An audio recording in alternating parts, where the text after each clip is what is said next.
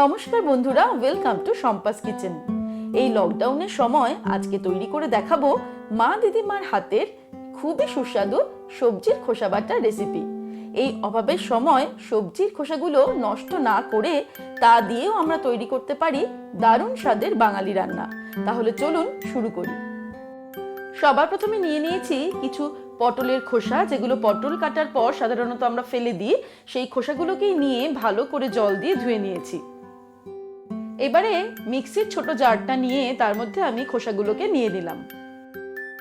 এর মধ্যে দিয়ে দিলাম দুটো কাঁচা লঙ্কা, আপনারা স্বাদ অনুসারে দেবেন। আর দিয়ে দিচ্ছি 4-5 কোয়া রসুন। হাফ টিস্পুন পরিমাণে নুন দিয়ে দিলাম, আপনারা স্বাদ অনুসারে দিয়ে দেবেন। এটাকে পেস্ট করে নিয়ে ফিরে আসছি। অল্প জল অ্যাড করে পটলের খোসা আর বাকি জিনিসগুলোকে একসঙ্গে বেটে নিলাম। এবারে আমরা চলে যাব পরের স্টেপে। এবারে একটা প্যান গরম করে তার মধ্যে দিয়ে দেব 2 টেবিল স্পুন সরষের তেল। তেল গরম হয়ে গেলে এর মধ্যে দিয়ে দিচ্ছি 1/4 টিস্পুন কালো জিরে। মিডিয়াম ফ্লেমে কালো জিরেটাকে ফ্রাই করে নেব 15 সেকেন্ড। তারপরে পটলের খোসার পেস্টটা এর মধ্যে দিয়ে দেব।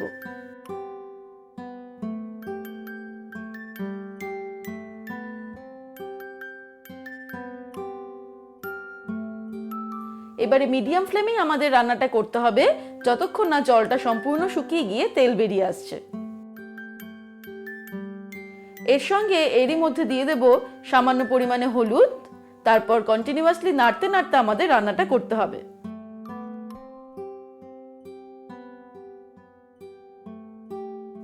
মিডিয়াম ফ্লেমে 3-4 মিনিট রান্না করতেই জলটা শুকিয়ে পটলের খোসা বাটা থেকে কিন্তু তেল বেরোনো শুরু হয়ে গেছে। আমাদের এটা রান্না করা কমপ্লিট।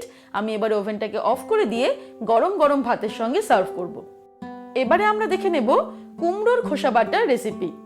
তার জন্য আমি নিয়ে নিয়েছি কুমড়োর খোসা। তবে দেখতেই পাচ্ছেন যে খোসাগুলো কিন্তু পাতলা করে কাটিনি, একটু মোটা মোটা করে কেটেছি, অর্থাৎ খোসার সঙ্গে কিছুটা পরিমাণ কুমড়ো লেগে আছে।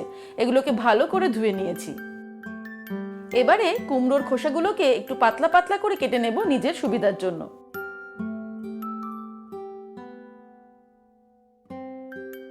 কুমড়োর খোসাগুলো পাতলা পাতলা করে কেটে নিয়েছি। এবারে চলে যাব পরের স্টেপে।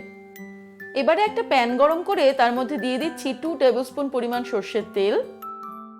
তেলটা গরম হয়ে গেলে কেটে রাখা কুমড়োর খোসাগুলো দিয়ে দিলাম। এবারে এর মধ্যে দিয়ে দিচ্ছি হাফ টিস্পুন পরিমাণে নুন, আপনারা স্বাদ অনুসারে দেবেন। আর দিয়ে দেব সামান্য পরিমাণে হলুদ। এটাকে একটু মিশিয়ে নিয়ে আঁচটাকে মিডিয়াম টু লোতে রেখে এবার এটাকে ঢেকে দেব 8-10 মিনিটের জন্য। তারপর ফিরে আসছি। 10 মিনিট হয়ে গেছে, এগুলো প্রায় সিদ্ধ হয়ে গেছে। এবারে এর মধ্যে আমি দিয়ে দিচ্ছি একটা মাঝারি সাইজের কুচানো পেঁয়াজ, 3-4টে কাঁচা লঙ্কা চিড়ে দিয়ে দিলাম, আপনারা স্বাদ অনুসারে দেবেন। আর দিয়ে দিচ্ছি 5-6 কোয়া রসুন। এবারে ফ্লেমটাকে মিডিয়াম টু হাইতে রেখে মিনিট 2 এটাকে ফ্রাই করে নিতে হবে। 2 মিনিট মতন রান্না করার পর এবারে আমি ওভেনটাকে অফ করে দিলাম। তারপর এটাকে ঠান্ডা হতে দেব। ঠান্ডা হওয়ার পর ফিরে আসছি। ঠান্ডা হয়ে গেলে একটা ছোট মিক্সির বাটি নিয়ে তার মধ্যে সবকিছুকে নিয়ে নিলাম। এবারে এগুলোকে পেস্ট করে নিলেই আমাদের কুমড়োর খোসা বাটাও তৈরি হয়ে গেল। তাহলে দর্শক বন্ধুরা দেখে নিলেন 2 ধরনের খোসা বাটার রেসিপি, যা গরম গরম ভাতের সঙ্গে খেতে খুবই ভালো লাগে আর এই লকডাউনের সময় আমাদের খুবই কাজে লাগবে। আজকের এই রেসিপিগুলো আপনাদের কেমন লাগলো আমাকে কমেন্ট সেকশনে কমেন্ট করে অবশ্যই জানাবেন, এবং ভালো লাগলে লাইক করবেন আর সকলের সঙ্গে শেয়ার করতে ভুলবেন না। আর এমনই দারুণ দারুণ রেসিপির আপডেট পাওয়ার জন্য এক্ষুনি শম্পাস কিচেন চ্যানেলটিকে সাবস্ক্রাইব করে নিন আর বেল নোটিফিকেশনটা অ্যাক্টিভ করে নেবেন। তাহলে আমি যখনই কোনো রেসিপি আপলোড করব আপনারা তার নোটিফিকেশনটা পেয়ে যাবেন। ভালো থাকবেন, সুস্থ থাকবেন। আমি আবার হাজির হব নতুন নতুন রেসিপির সঙ্গে। নমস্কার।